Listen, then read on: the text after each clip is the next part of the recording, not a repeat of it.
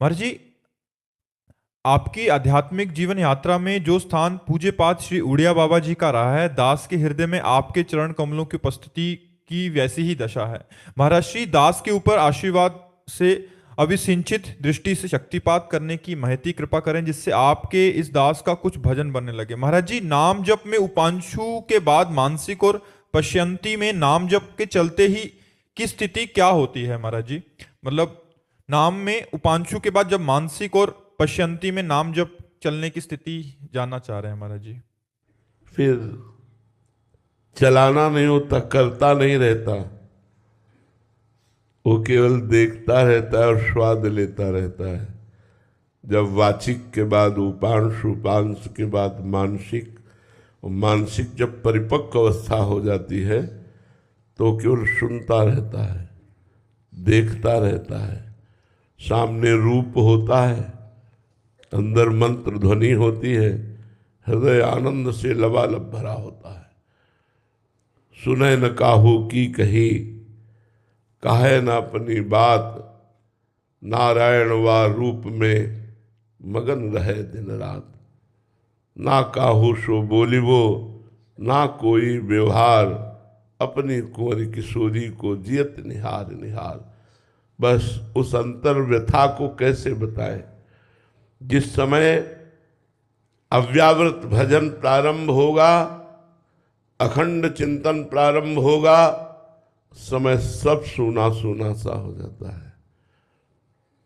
कोई उत्साह नहीं रह जाता, जागतिक उदासीनता बढ़ती चली जाती है, अंतर्मुखता बढ़ती चली जाती है।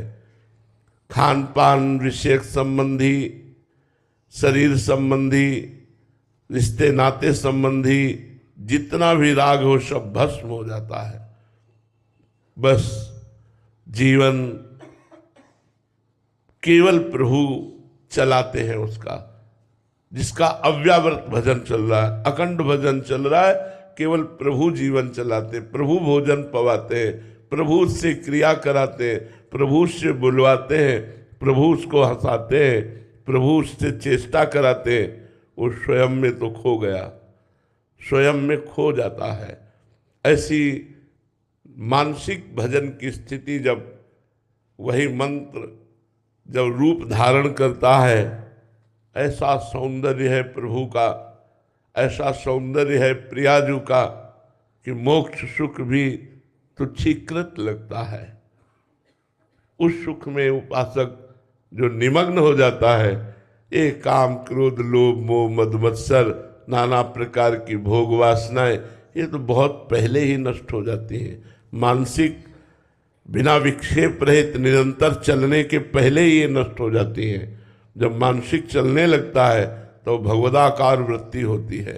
निरंतर मानसिक भजन चल रहा है, वो मम भक्ति तो भोनम पुनातु, वो लोक के लोक को पावन करने की सामर्थ्य रखता है। बस वो होता नहीं है, होता प्रभु है केवल हृदय में।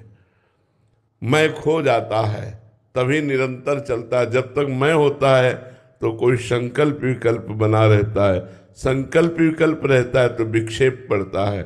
जब मैं ही खो गया, वो बस अब उस हृदय की स्थिति जिसका निरंतर भजन चलता है वो वही समझ सकता है, जो घंटा दो घंटा कम से कम निरंतरता लाए। घंटा दो घंटा में निरंतरता लाए तो समझ पाएगा कि जिसका 24 घंटे भजन होता है उसकी स्थिति क्या होगी। अद्भुत मादकता, अद्भुत नशा, भजन के प्रति अद्भुत भूख। रात दिन भजन होने पर भी भजन की भूख इतनी कि उसे चैन नहीं मिल रहा। उसे लग रहा है क्या करूं, कैसे करूं, कैसे मेरी भजन की भूख तृप्त हो। भजन की भूख बढ़ जाती है। किसी के विषय में सोचना, किसी के विषय में बोलना, किसी के विषय में सुनना, ये तो बहुत दूर की बात रही। इतनी क्षुधा भजन की बढ़ जाती है कि वो अपनी भी नहीं सुनता। वो अपनी भी सब जितनी शरीर संबंधी चेष्टाएं सब शिथिल हो जाती है और भजन में डूबा हुआ वो भगवान को अधीन कर लेता है। उसी के हृदय में प्रेम प्रकट होता है और उसी के हृदय में प्रेमाधीन भगवान प्रकाशित हो जाते हैं, जो निरंतर भजन परायण रहता है।